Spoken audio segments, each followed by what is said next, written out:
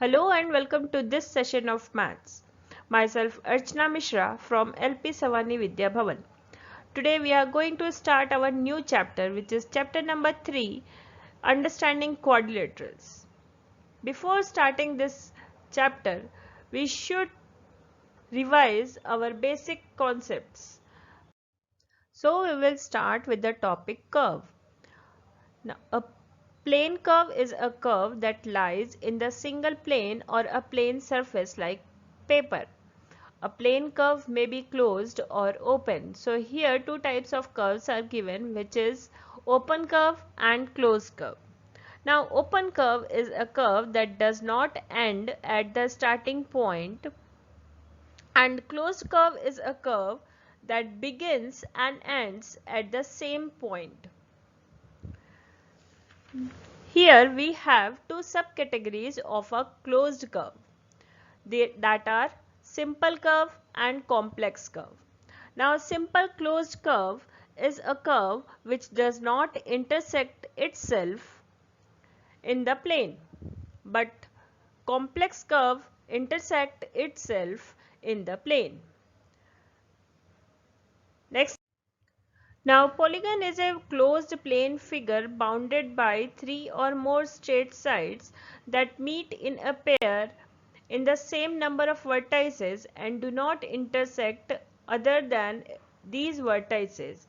In a simple way, you can define polygon as a simple closed curve made up of line segments, and polygons are named on its sides. Now we will move for the parts of polygon. Now here we can see three parts of polygon, which are vertices, sides and diagonals. We will start with vertices. The end point of the sides of polygon are called vertices. So in the given figure, A, B, C and D are the vertex. When naming a polygon, its vertices are named in consecutive order, either clockwise or counterclockwise. Counterclockwise means anti-clockwise. So you can name any of the polygon in clockwise or anti-clockwise, but it should be a consecutive order. Next topic is consecutive side. Consecutive sides are two sides that have an endpoint in common. The four-sided polygon in figure below could have been named ABCD, BCDA. If we are starting with B, then it will be BCDA. If we are starting with A, then ADCB. For example, these are only for examples they have given. You can name the figure in many ways, but you have to remember that you have consecutive order of the vertices.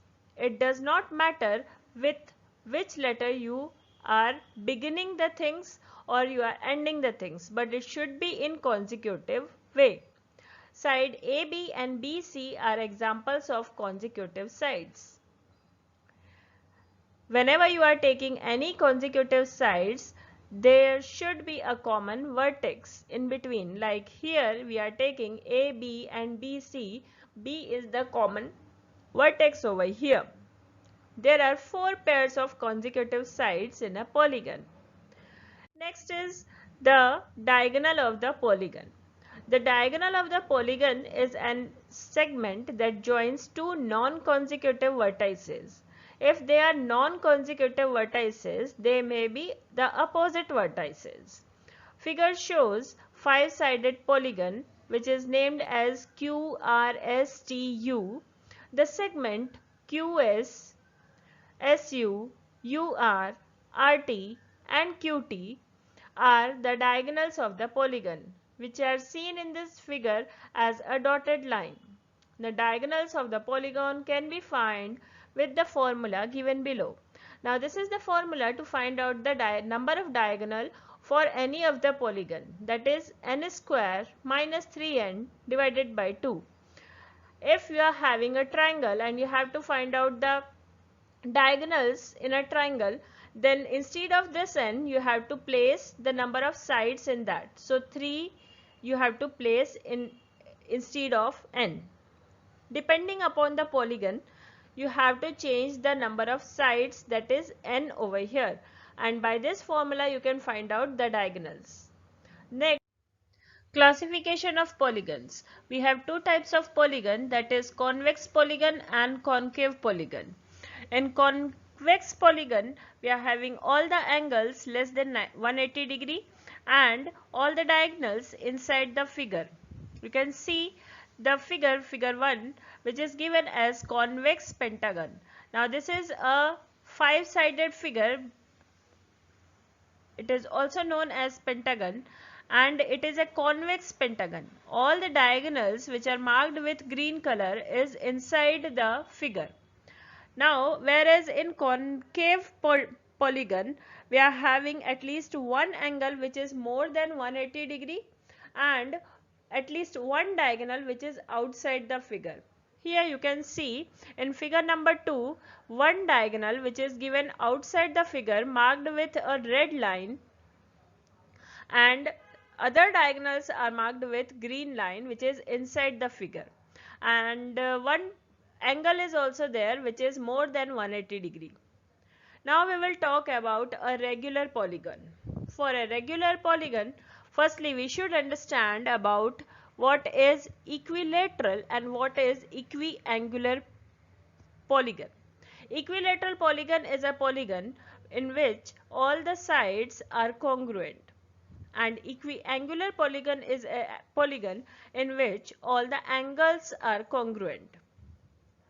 A convex polygon that is both equilateral and equiangular, that means the sides are also equal and the angles are also equal, is called a regular polygon. Now an irregular polygon is a polygon that is not regular. So in regular polygon we are having equilateral polygon and it should be a equilateral polygon and equiangular polygon. And as such, irregular polygon is not regular. Maybe its sides are not equal, maybe its angles are not equal. Regular polygon also can be a triangle, a quadrilateral, a pentagon, hexagon, heptagon, depends upon the sides of the polygon. But you should remember that when it is a regular polygon, it should be equilateral and equiangular. Now we will talk about the classification of polygons. Polygons are also classified by how many sides they have. The following list is the different types of polygons and the numbers of sides that they have. A triangle is a 3-sided polygon. A quadrilateral is a 4-sided polygon. A pentagon is a 5-sided polygon. A hexagon is a 6-sided polygon. A septagon or heptagon is a 7-sided polygon. A octagon is a 8-sided polygon. A nonagon is a 9-sided polygon, and a decagon is a 10-sided polygon.